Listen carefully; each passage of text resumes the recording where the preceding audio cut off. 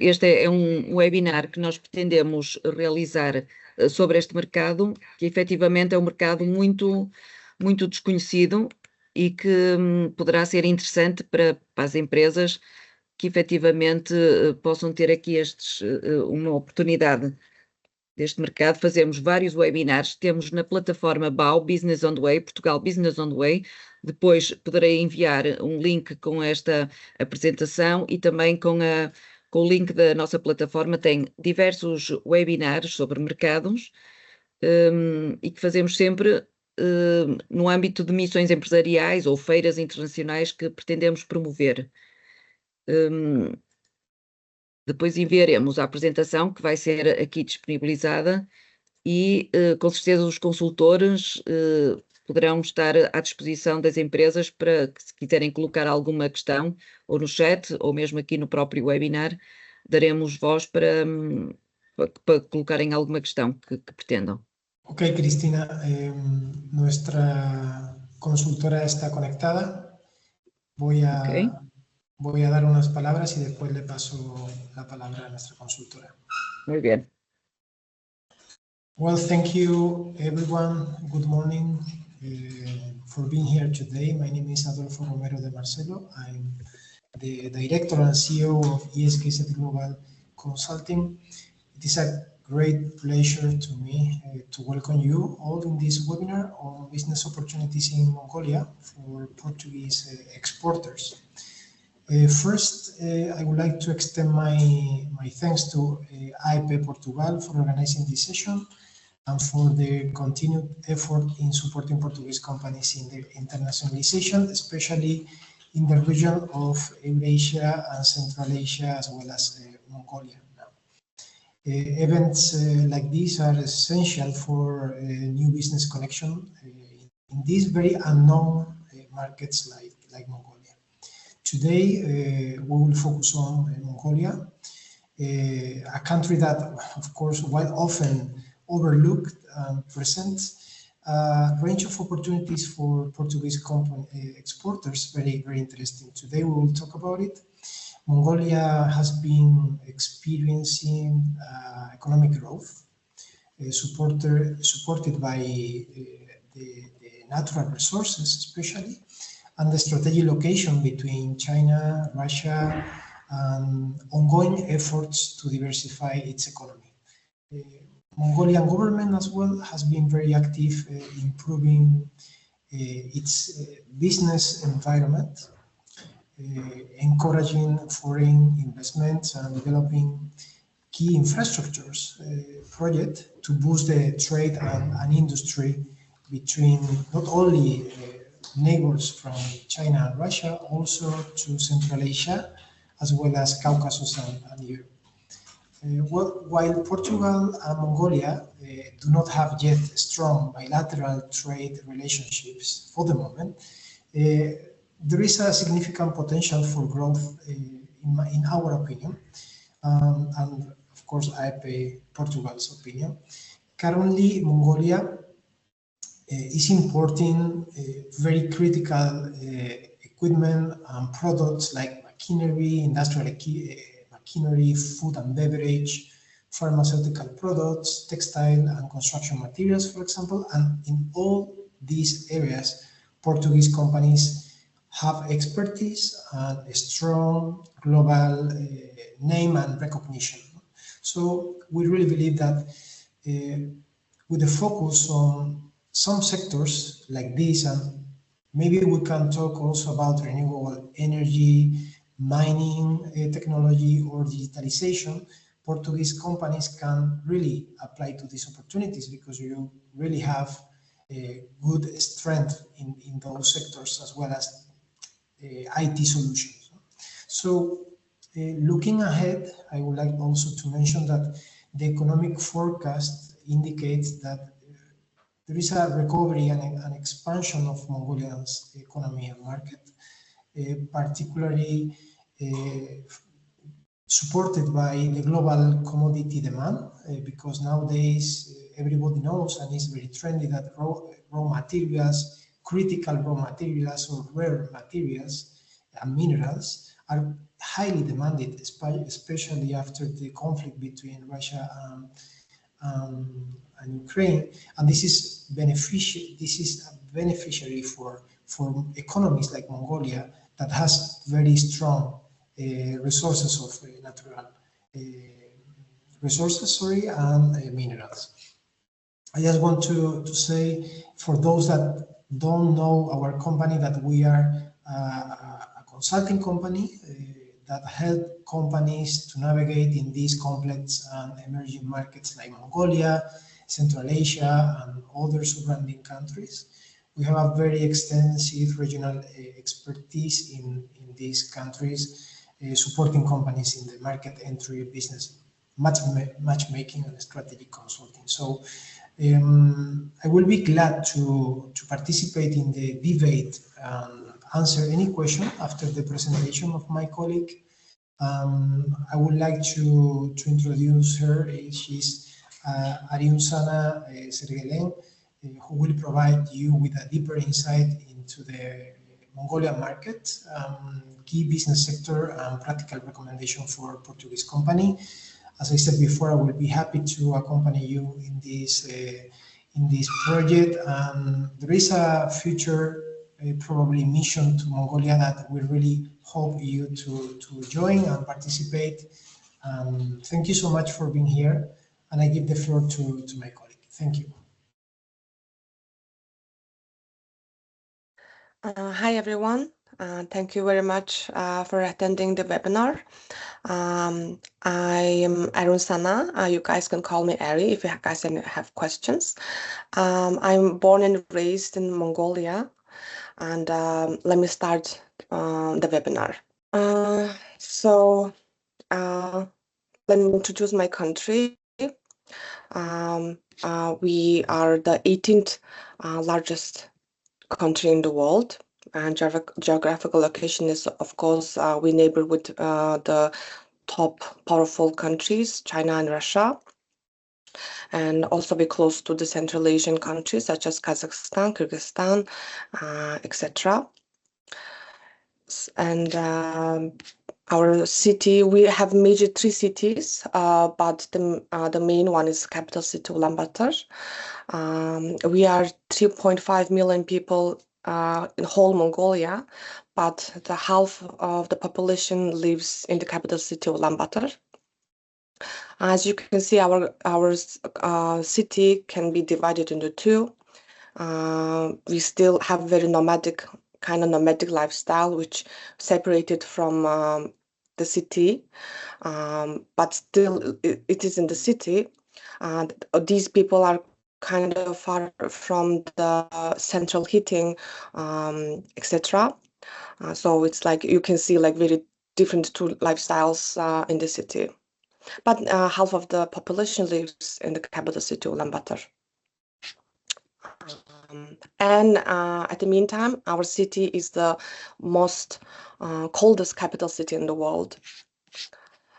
About our tradition, we have a nomadic lifestyle still, and we have a national festival Nadam. It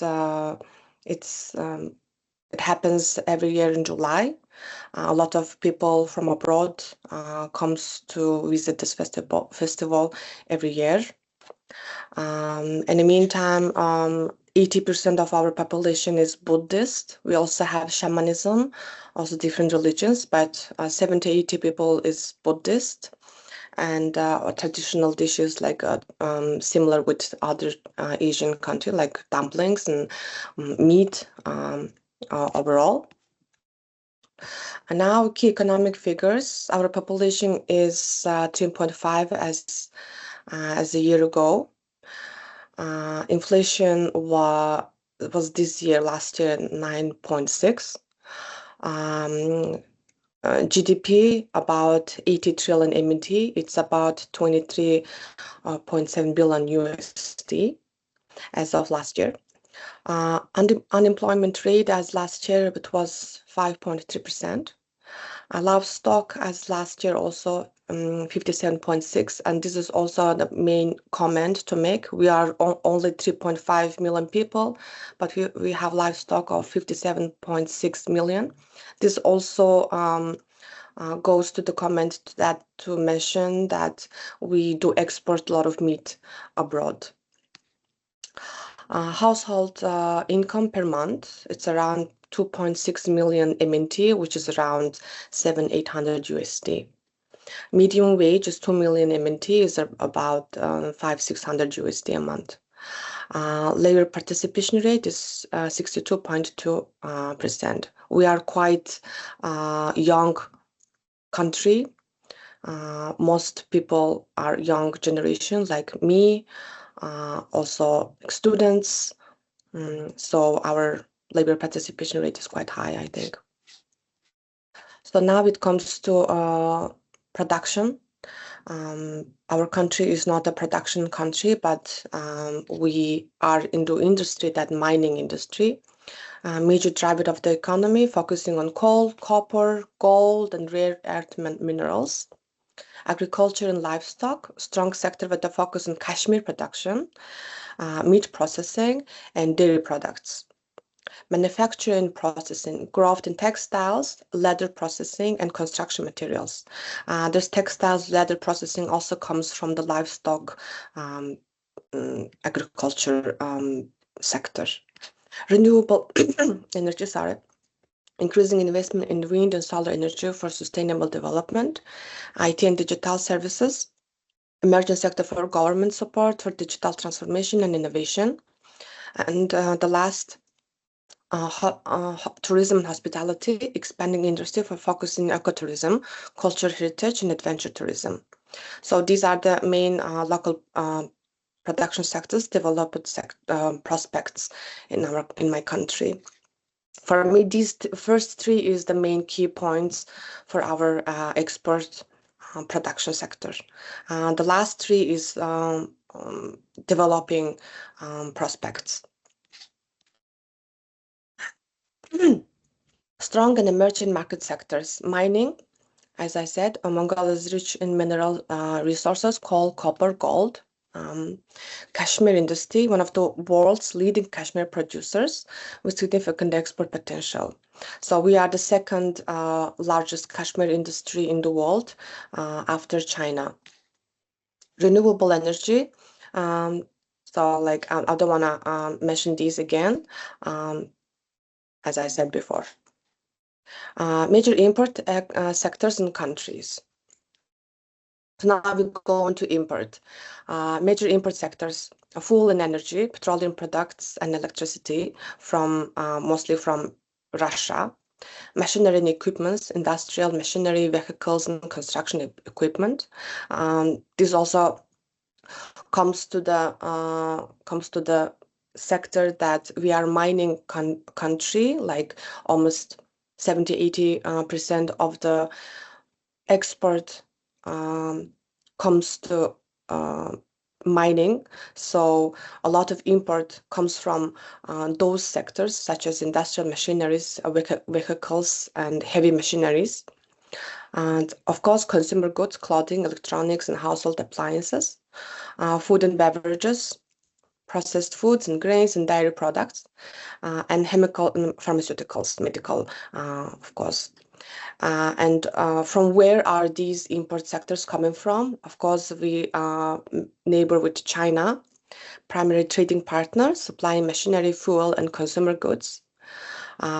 Russia, major supplies of petroleum, chemicals, and industrial equipment. South Korea and Japan, providing automobiles, electronics, and industrial components.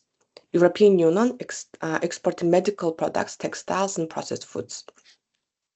China overall takes 40% of the import alone. After Russia, 20-30%, and the rest is the different countries. So let's see foreign trade overview. Sorry, this is, I couldn't translate it to English, but this is saying export and this is import. So we can see our So we export to China 91.3%, which is all mining. Switzerland, USA, Russia, Iran, and the rest. So import, to Switzerland and all these countries is Kashmir, the other sectors. So import, 40%, China, 24%, Russia, Japan, US, and South Korea, Germany. As of 2024, China accounted for 40%. Okay, so import structure as of the first 11th month of 2024. So machinery and equipment takes 21%. Petroleum products takes 18%. Passenger cars and other vehicles and their parts 11.9%. Passenger cars 9.5%. Basic metals 8.5%. Food products 7.4%. Chemical products 5.3%. Other imports 17.7%.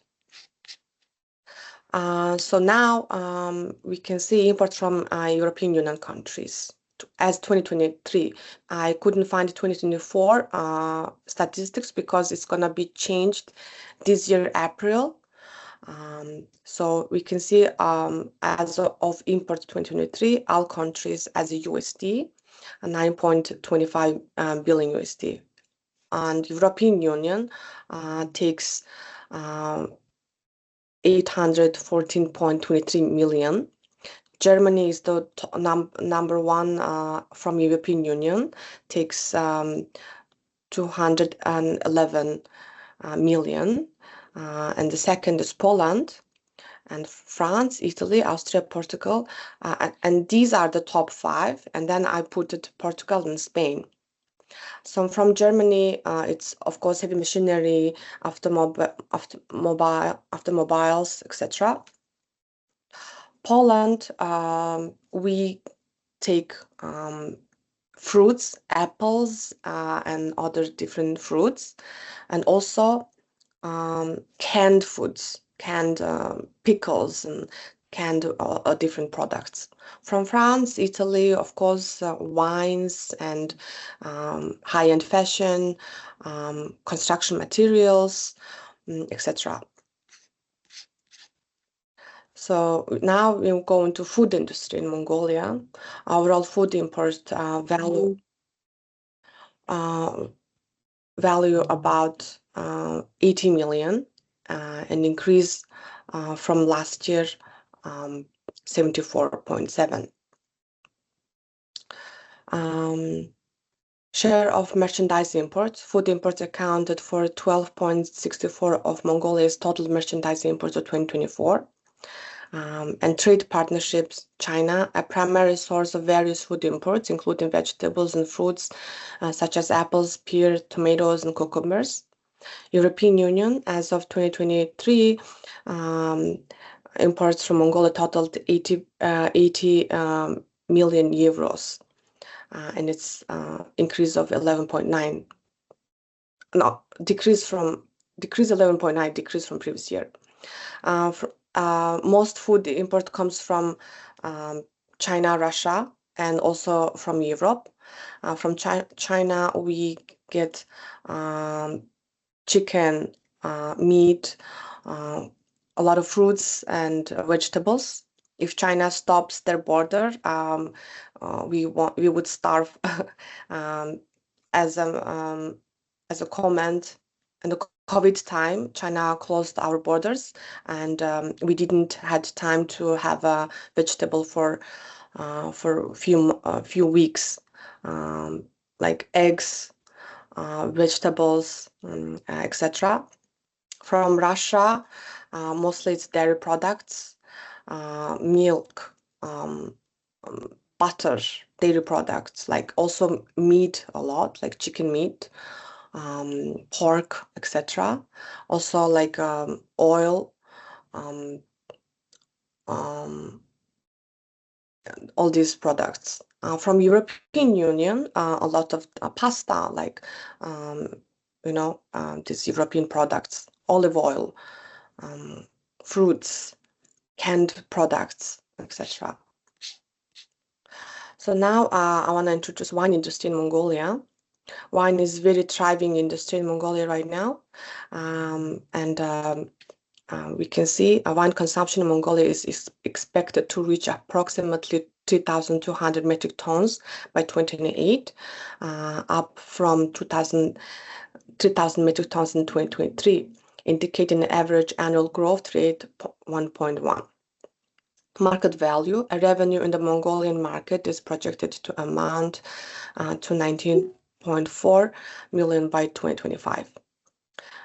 There was a showcase in Mongolia. Italian wine showcase happened in September 2024. Introduced 13 renowned Italian winemakers to the Mongolian market. The event held at the Shangri-La Hotel in Ulaanbaatar provided opportunities for local importers, retailers, and experts to explore business prospects and appreciate Italian wine culture. So we, as a Mongolian person, I would like to say that we also very high consumption alcohol people, that also we give a lot of attention to national holidays and also New Year's Eves. And this is also one of the high industry era phase that a lot of, we give as a gift a lot of wines, Prosecco, champagne to each other, to every company, give to their employees like a lot of wines, champagne, like Prosecco, etc. And it's a very thriving industry in Mongolia that a lot of importers, a lot of importing companies in Mongolia always searching for wine companies, different wines from different region. So now construction material industry in Mongolia, domestic production versus imports. Production, Mongolia manufactures approximately 60% of its construction materials domestically, and remaining 40% is from neighboring countries like China and Russia, but also like different type of construction materials also comes from different European Union countries, which is high quality material, considers more high quality material, such as like I would like to say a lot of construction materials from Italy, from Germany. Key import partners, China, primary supplier of construction materials. China plays a crucial role in Mongolia's construction supply chain. The main importer. Russia, alongside China, Russia is among the top contributors to Mongolia's imported construction materials, as I said before. So now I want to talk about Mongolian market risks, which I didn't include in the slides, but I want to say we have to really careful about our weather. We have very harsh winter, and it continues almost 6 months throughout the year. So if it comes to food industry, somebody is interested in the food or also wine or like beverage, have to be very careful with the weather, because from October till March, there is it's impossible to make normal delivery shipment. It always have to be on a temperatured truck or temperatured container, but it's gonna be quite expensive. Of course, that's one of the keys. For example, like wine or beverage or canned foods, like now starting to deliver like in March right now. Other than that, it's impossible to deliver the products as a normal, not temperatured truck or container. So and also when it comes to food, also it is supposed to be in temperatured container or truck, because it can freeze, like vines will blow, and etc. Other than that, our Mongolian market is always open for good quality products, because we are not producing country. We produce mining, yes, but we don't produce products, especially when it comes to European Union. We don't have a product standard. We don't have people. We're a small country, but it's the market is always open for different products. As I used to work in a different Mongolian importing company previously, I was always in search of different European Union European products, especially when it comes to food and wine. There's a lot of Mongolian importers always searching for different good quality food and wine, and also it is supposed to be good. Also, at the meantime, European Union, Europe is competing with China and Russia because of the road. Europe is quite far from us, but China and Russia is very close to us. That's the main reason to compete with the prices. But Mongolian people are now really concentrating on their health, being healthy, and so prefer to have a product not from China and Russia. We prefer products from Europe a lot. So yeah, and other than that, I would like to say that Mongolian market is very open and very thriving, and less competition market. But I need to be careful about that. A lot of monopoly company there, but they're always searching for new partners. They're always searching for new products, and I think they would be our Mongolian market would be always so welcomed to European products, especially when it comes to food, wine, and construction, agriculture industry. And like that, my webinar is finished. If you guys have any questions, it's open to ask. Muchas gracias, Ari. Thank you very much, Ari, for the explanation. I think it was very good, very demonstrative of the business opportunity and also of the difficulties, but it's the market, it's like that. Adolfo, ¿quieres decir algo? Yes, thank you, Ari, for your comprehensive presentation. I would like also to include some key advice for Portuguese exporters that are considering Mongolia as an option.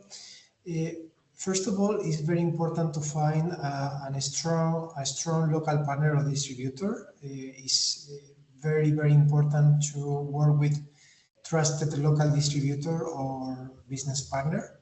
Of course, to make the difference and to understand who is who, it's very important to be supported and accompanied by an organization like AIP Portugal or a consulting company. The market relies on relationships and personal trust. So having this local presence or representative will be also important for you if you want to succeed in Mongolia. Also, I would like to recommend you to conduct this market research or to visit Mongolia for a prospecting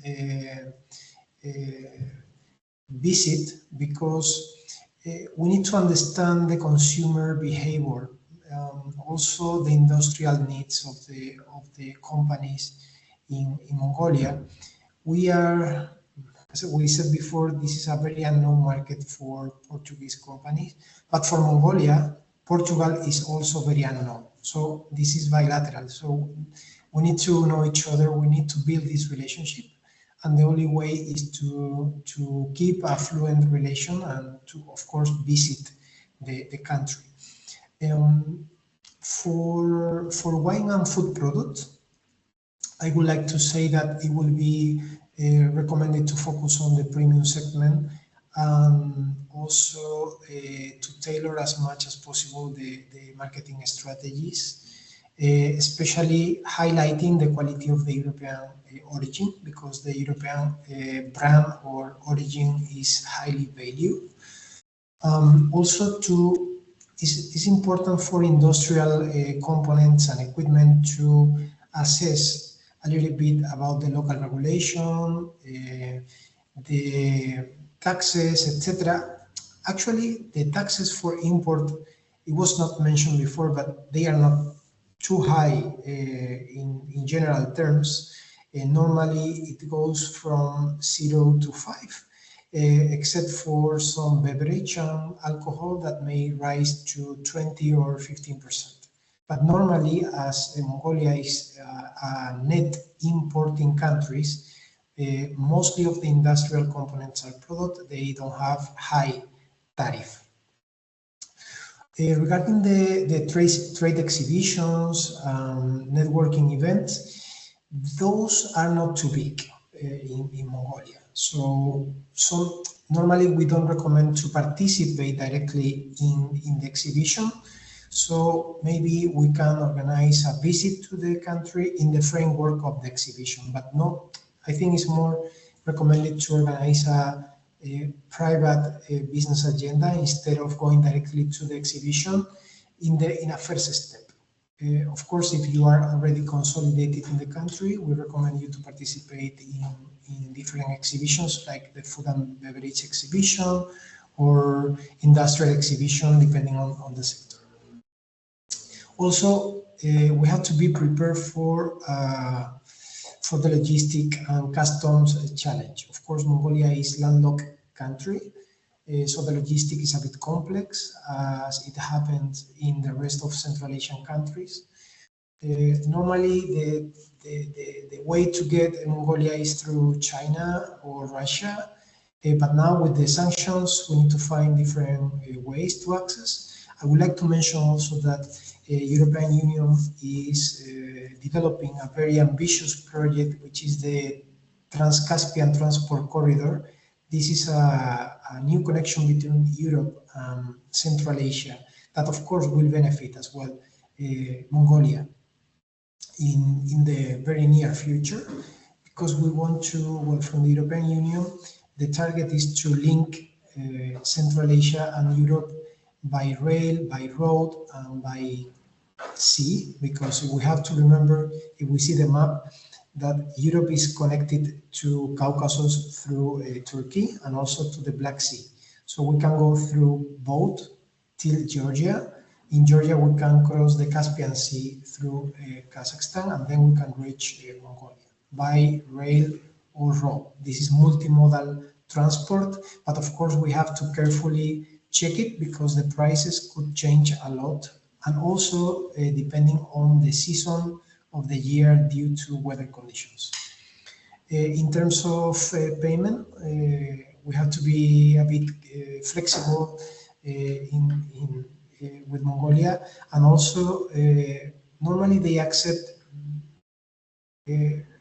advance payment in a high percentage in the first or second operation, but then we need to make a little bit more flexible. Finally, if you are involved in infrastructure project, industrial big projects, or any other related to energy or renewable energy, etc., we really recommend you to leverage international financial institutions for these large projects. In Mongolia, the European Bank for Reconstruction and Development or the Asian Development Bank, World Bank, they are very active and they cover so many risks for big projects. They normally tender so many projects. So if you are used to participate in these international tenders, this is a very good way to access to the market, not only for big infrastructure projects, but also for consulting and technical advisory to organizations in Mongolia. I think that's it. I think the rest of the point was touched already by and covered by my colleague. We are open for any discussion or question if you have any, or you want to share your question. If not, in public, you can, of course, send us an email and we'll be happy, or even we can arrange any meeting for a private conversation. We'll be happy to support you all. Thank you so much. Graças, Adolfo. Sim, a AEP e a ESQ estão disponíveis para qualquer questão que queiram colocar. Penso que José Castro pretende colocar alguma questão. Se quiser ligar o seu micro, por favor. Sim. Hello. Bom dia. Good morning, everyone. Good morning, everyone. Thanks, Sari, for your presentation, for introduction. Thanks, Adolfo, for your comments as well. So I have some questions. I'm a wine producer of Vinho Verde wines from Vercoop, and I would like to know something more to understand better the market. So how is the alcohol regulation? How it works in Mongolia? If there are special shops to sell, if they are open, the market is open, if the restaurants can sell wine, if the supermarkets can sell wine or only specialized shops. This is one question. The other question, I think that Adolfo already speak about that, is the taxes. How are the taxes, the taxes of import wines from European Union, and how are the taxes inside of Mongolia market, if they have a high VAT taxes or not. The other question is how is the demography in terms of medium class, because the medium class is very important for the wine market. It's if the wine consumption is a mainstream in Mongolia, if the women drink or only the men's, if they drink more hard drinks instead of soft drinks like wine, and I speak about spoke about Italian events of Italian, and I would like to understand if they import and drink wines from Italian most of, or if they are open to other countries like Portugal, Spain, and France, and or is Italian that is the most important country about wine consumption. So this is the questions that can help me to understand the market wine market in the Mongolia. Yes. So answering for the first one, most import companies in Mongolia have their own shops, and they work with different retailers mostly. So depends on who you're working with. The importers you're gonna work. It's gonna be the key point of your business. If you can find one of the best top importers in Mongolia, then your business is gonna be very thriving very easily, because they have marketing team, they have their own shops, they have their retailers, and few companies run the whole Mongolia. For example, MCS, Tavenvogt, etc. They are in every business possible. You can think of every possible business, and they have big marketing and sales shops and etc. So need to find the best possible importer in Mongolia, so the business gonna be very easier and also very thriving, etc. For the second question, taxes, I don't remember the exact number, but we can search for it and send it to you by email. But it's a bit increasing throughout the years, but not as high as different countries. Sorry, Ari, I would like to mention the tariff for the wine, if I'm not mistaken, is 20%.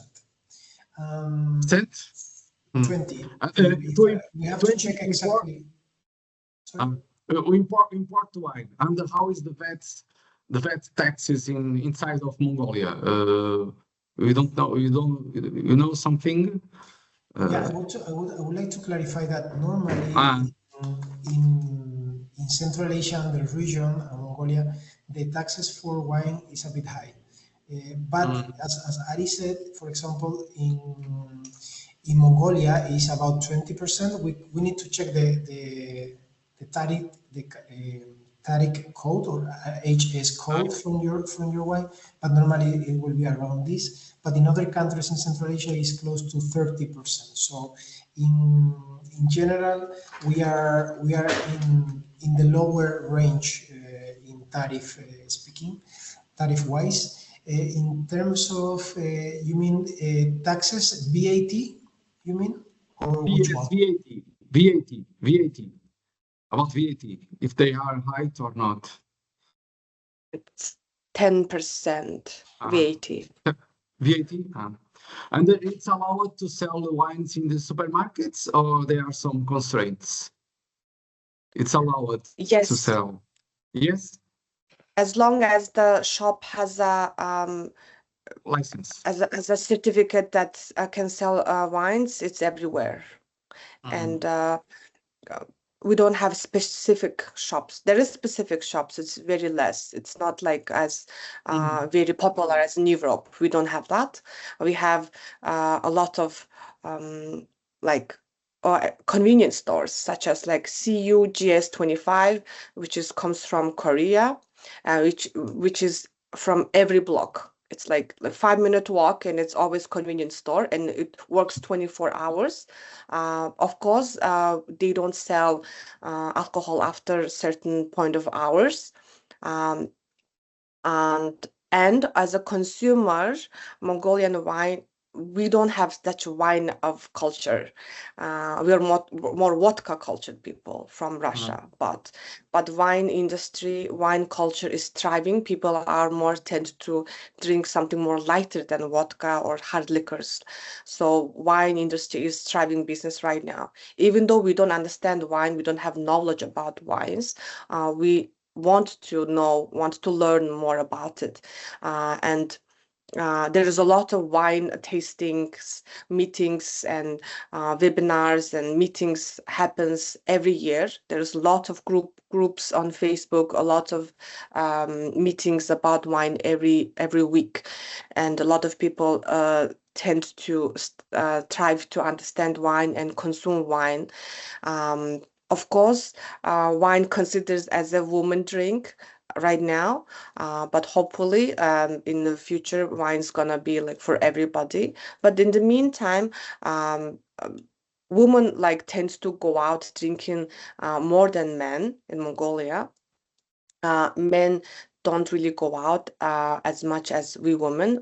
Women go out on the daily basis as a friends gathering, group friends gathering, and it's always wine. And there is there's a lot of wine importing company in Mongolia right now, which if there is any opportunity, if you would like to, we would love to dig in it more deeper. And for example, in Kazakhstan and Russia, Vinho Verde is very popular. Is that known in Mongolia, or has already some popularity? Which one? Vinho Verde. Vinho Verde. Green, I cannot say green wine, but 12 if it helps. Wines from Portugal. Is wines from Portugal popular or completely unknown in Mongolia? Wine from France is the most popular one. But I think alcohol wine industry tends to about marketing in Mongolia, because we don't know about wine, which one is good, which one is bad. There is nothing, like, we don't have no idea. So whatever it's in the market as like a marketing wise, we tend to buy it because, oh, I saw it on the internet, or on the TV, because we don't have knowledge about wines. We just consume wines without knowledge. So as much as the marketing is good, then we just ready to buy it. And also the thing is that it's always supposed to be on the shelf. Merchandise is very important in Mongolia. So whenever we see something and it's we just buy, because we don't know about wine. But we don't even see the year. We don't see where does it come from, which year, which grape, from which region. No, we just buy it like as like from a friend. Oh, I heard this wine is okay. I drank it last time. It was good, like that. But most of them. Sorry. Yes. Sorry for interrupting, Ari. But if you check the statistics, out of the 11 million euro that they are importing from wine, or even more, it's about 15 million probably. It's about less than 10% from Portugal, maybe even less. Because I need to calculate, but the indicators is that the participation of Portuguese wines are very reduced. You know the average, the wine consumption average in Mongolia is around 1 liter, an half liter. I think that. I cannot tell you exactly about Mongolia, but definitely it's lower than other Central Asian countries. For the moment, we need to increase these numbers, Jose. And the culture of wine consumption and the wine lifestyle in Mongolia is similar with Kazakhstan or different? Because Kazakhstan is already being a good market, a very good market for wine. It's starting to be a good market for wine. Good market. Kazakhstan is the lifestyle is similar, or sorry, my ignorance about the country. No, but I can tell you that Kazakhstan probably is the most advanced country if you compare in Central Asia and Mongolia regarding wines, because they consume a lot. Kazakhstan is the country where the consumption of alcohol is highest in the whole region, especially for wine, because they are changing their habit from vodka to other soft drinks like beer and wine. So I think Mongolia is a bit far from these numbers for the moment and habits. But in urban cities and in premium class, high level income people, I would say that in Mongolia also is growing a lot the trend of consuming wines.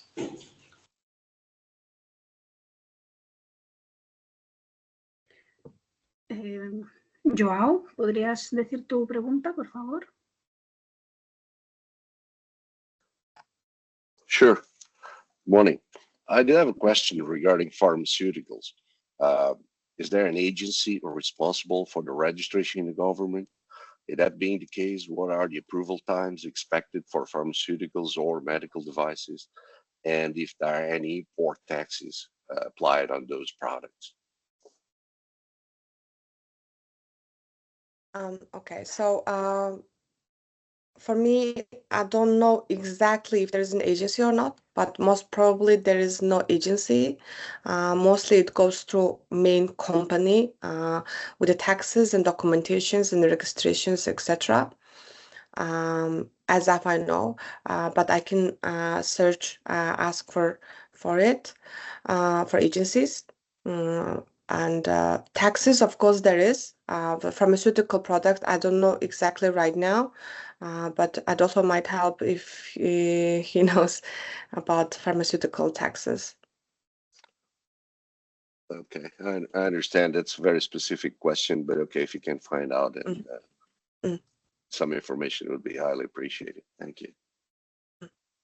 Thank you. Yeah, there is a few major companies when it comes to pharmaceuticals, but it's also very thriving, one of the sectors, import sectors in Mongolia, especially when it comes to animal pet pharmaceutical products right now. Veterinary. Horses, because we have a lot of horses and they go for horse riding competitions, etc.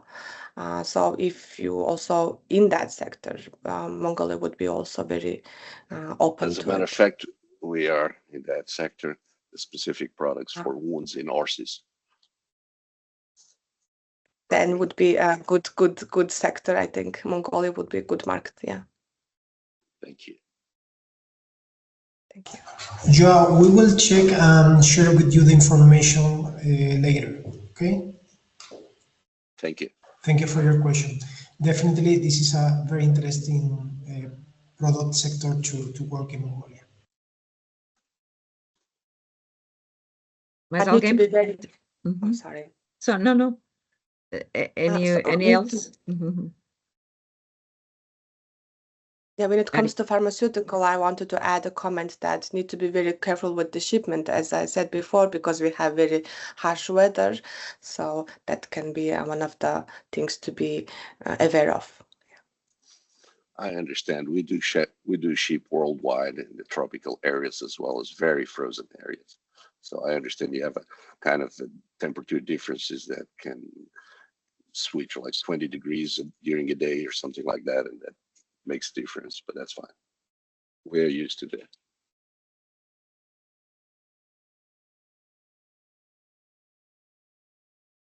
Mais alguém pretende colocar alguma questão? Eu peço desculpa, fiquei sem câmara, de qualquer forma. Se pretenderem colocar mais alguma questão, estejam à vontade, por favor.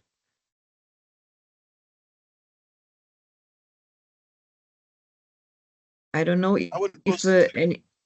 Okay. I would also pose the question, if it's reasonable. I'm maybe a little noisy. Is it possible that you can hear me? I think we can hear you. Please go on. Right. I have a question. I lost some information along the webinar. So in case I'm asking for something that is already clear, just let me know, and I'll go back to it.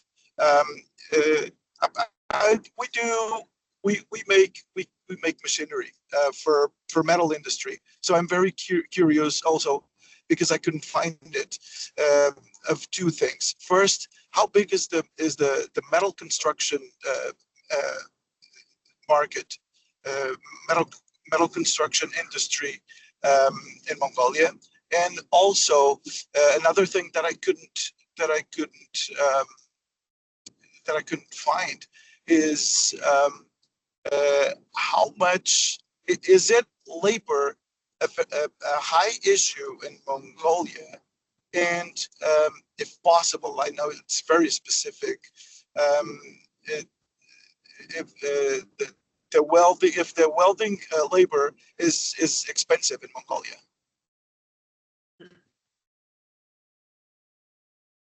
So starting from the second question, welding is quite rare, very specific industry, let's say. We don't have very, very good qualified welding people, welding companies there. So it might be very, very interesting industry for this sector in Mongolia, because it's really quite hard to find very, very good qualified welding people and the people in the industry. Because as I said before, we're not producing country, and we are not very, very developed in that sector. But I don't want to say it's like very specifically because I'm not really familiar with this industry, so I cannot really say like exact answer to that. I think we have to dig more deeper. But for metal industry, it mostly comes to China, I think. For this specific industry, I'm not really familiar. I'm really sorry because I work with more food and wine and all these sectors, and I think I can dig more deeper when it comes to metal industry and welding industry. I would like to add some comment because these welding experts in the region, they are very demanded. Actually, there are some companies from Europe that are selling like simulators for training local people in this specific subject. So normally this kind of industrial high level detail welding, they are very highly appreciated, I would say, in Mongolia and also in the surrounding countries of Central Asia. I think we should receive a little bit more information about your specific product or service. If you can share with us, we will take a look and we will give you a more specific reply about your product or opportunities in Mongolia, if you don't mind. Yes. Maybe I will explain you my perfect match customer profile, and you'll help me on that information. Might be more reasonable. Thank you. Thanks very much. Thank you very much. Actually, in terms of construction industry, the sector is growing quite a lot. The construction related to metal probably will be also increasing. So yes, once we understand a little bit more what is your perfect matching, I'm sure we can give you some more specific info. Thank you. Nice. Thank you. Thanks. Mais alguém pretende colocar alguma questão?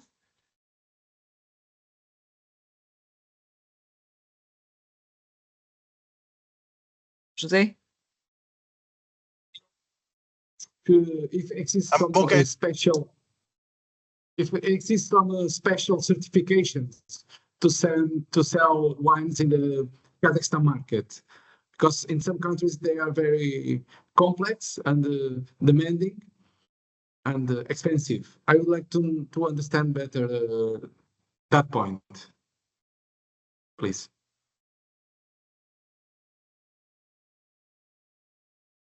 Yes, Mongolian market requires a specific certificate for importation of wine. So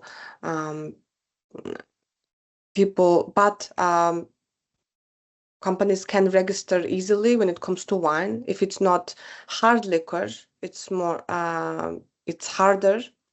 Depends on the percentage. Wines are quite low percentage of alcohol, so it's quite easier to get the certificate. Yeah. Thanks. Thank you very much.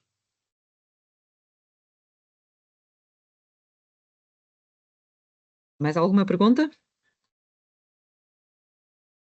Recordo que vamos ter, como lhe disse ao início do webinar, iremos realizar uma missão empresarial à Mongólia, 28 de abril a 3 de maio.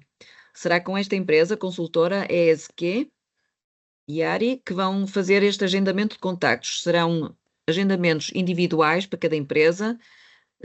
Após a empresa se inscrever, preenchem um company profile e colocam exatamente o objetivo que pretendem e depois têm reuniões com os consultores para verem efetivamente se o vosso produto, se o setor de atividade faz diferença na missão, se terão bons agendamentos de contactos e farão essa interlocução aqui com a colega que está a tratar da missão, que é a Diana Demidova, que penso que já vos enviou a informação e que está ao dispor para qualquer questão que tenham e que coloquem, basta nos contactarem. Bom, Se não tiverem mais nenhuma questão, daríamos por terminado este webinar. Adolfo, Janina, Yari, thank you so much for the webinar. It was very, very fruitful. I think the companies would like so. We will send the presentation to the companies. And thank you so much. Muito obrigada a todos.